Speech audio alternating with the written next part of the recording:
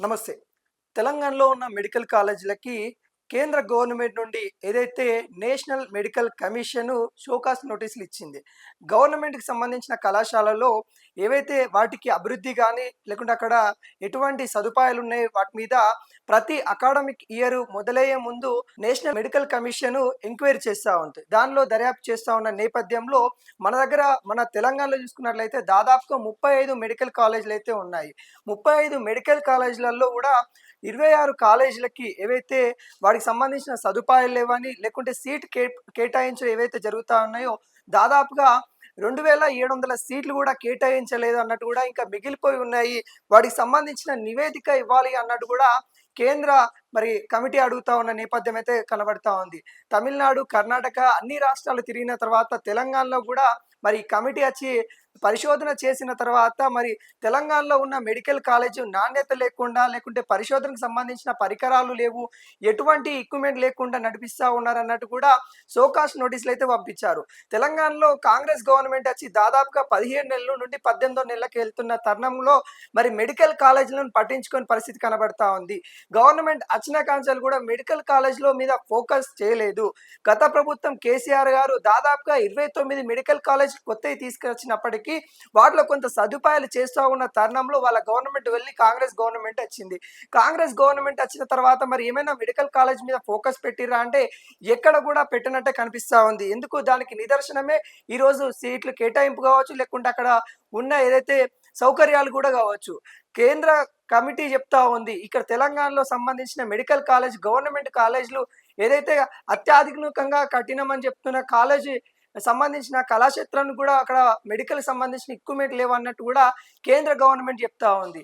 అంటే ఈ ఏవైతే కాలేజీలో ఉన్నాయో వాటికి సంబంధించిన పరికరాలు లేవు, వాటికి సంబంధించిన పరిసరాలు పరిశుభ్రంగా లేవు, విద్యార్థులకి సదుపాయాలు అస్సలు లేవు అన్నట్టు కూడా కేంద్ర కమిటీ షోకాస్ నోటీసులు అయితే పంపించడం అయితే జరిగింది. దాంట్లో నేపథ్యంలోనే ఈరోజు సీఎం రేవంత్ రెడ్డి గారు కేంద్ర గవర్నమెంట్ ఇచ్చిన నోటీసులకి మనం ఎటువంటి సమాధానం ఇవ్వాలి? ఎందుకంటే 18వ తారీఖు మీరు విచారణకి ఖచ్చితంగా రావాల్సింది, వ్యక్తిగతంగా విచారణకి రావాలి అన్నట్టుగా తెలంగాణ సంబంధించిన medical education director Narendra Kumar గారికి నోటీసులు పంపించిన పరిస్థితి కనబడతా ఉంది. తను ఇప్పటికే స్పందించారు. ఏవైతే కొన్ని కాలేజీలో సదుపాయాలైతే కల్పించడానికి మెరుగైన సదుపాయాలైతే కల్పించడానికి ప్రయత్నిస్తున్నాము. కానీ ఏదైతే ఒక ఆసుపత్రిని నడిపించాలన్నా గానీ, లేకుంటే అక్కడ వైద్య కళాశాల నడిపించాలా గానీ, ఏవైతే మృతదేహాలు కావాలి. ఎందుకంటే వైద్యానికి సంబంధించి అంటే మన బాడీకి సంబంధించి ఏవైతే పరిశోధనలు ఏవైతే ఉంటాయో వాటిని మృతదేహాల మీద చేస్తారు. ఏ ఏ అవయవాల మీద గానీ ఎలా ఉంటాయి అనే దాని మీద విద్యార్థులకి తెలియజేయాలంటే మృతదేహాలు కావాలి. కానీ తెలంగాణలో మృతదేహాలు కొంత కొరత ఉన్న నేపథ్యంలో కొన్నిటికి మేము చేయలేకపోతా ఉన్నామనే నేపథ్యంలో తను ఒప్పుకొని కూడా సమాధానం ఇస్తున్న పరిస్థితి కనబడతా ఉంది.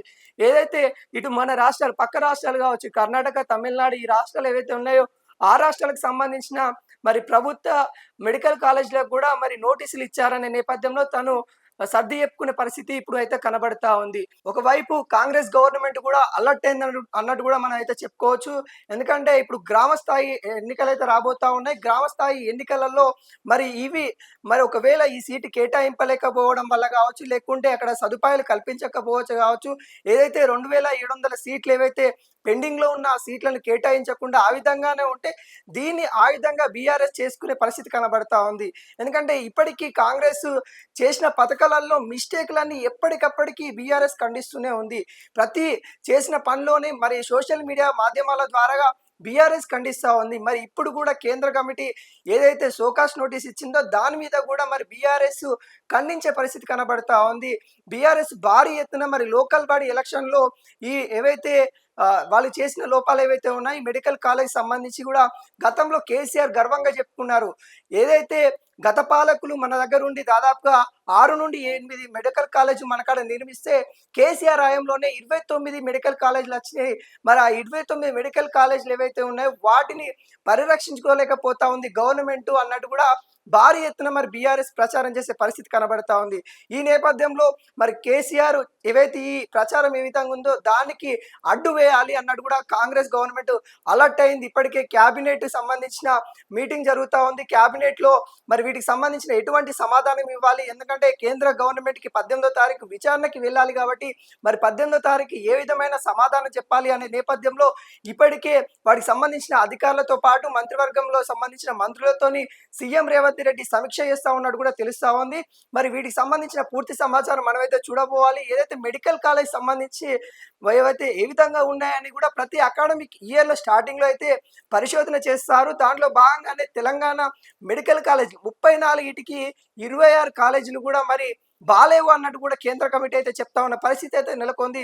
మరి వీటిపైన కాంగ్రెస్ గవర్నమెంట్ అయితే దృష్టి సారించారు. మరి ఏ విధంగా ఉండబోతుందో మనం అయితే 18వ తారీఖు దాకా అయితే చూడబోవాలి. షోకాస్ నోటీసులు అయితే మరి ప్రభుత్వం అయితే అందుకుంది. తెలంగాణ ప్రభుత్వం అయితే మెడికల్ కాలేజ్ మీద అయితే అందుకున్నట్టు కూడా తెలుస్తా ఉంది. మనమైతే వీటికి సంబంధించిన విచారణ భాగంగా కావచ్చు, లేకుంటే వీటికి సంబంధించిన డాక్యుమెంట్ రూపంలో కావచ్చు, మరి 18వ తారీఖు అయితే ఢిల్లీకి అయితే తెలంగాణ మెడికల్ డైరెక్టర్‌కి సంబంధించిన అధికారులు, అదే విధంగా మరి మంత్రి ఏదైతే హెల్త్ మినిస్టర్ కూడా మరి ఢిల్లీకి వెళ్లాల్సిన పరిస్థితి అయితే కనబడతా ఉంది. ఇప్పటికే కాంగ్రెస్ గవర్నమెంట్ అలర్ట్ అయిందన్నట్టు కూడా మనమైతే చెప్పుకోవచ్చు.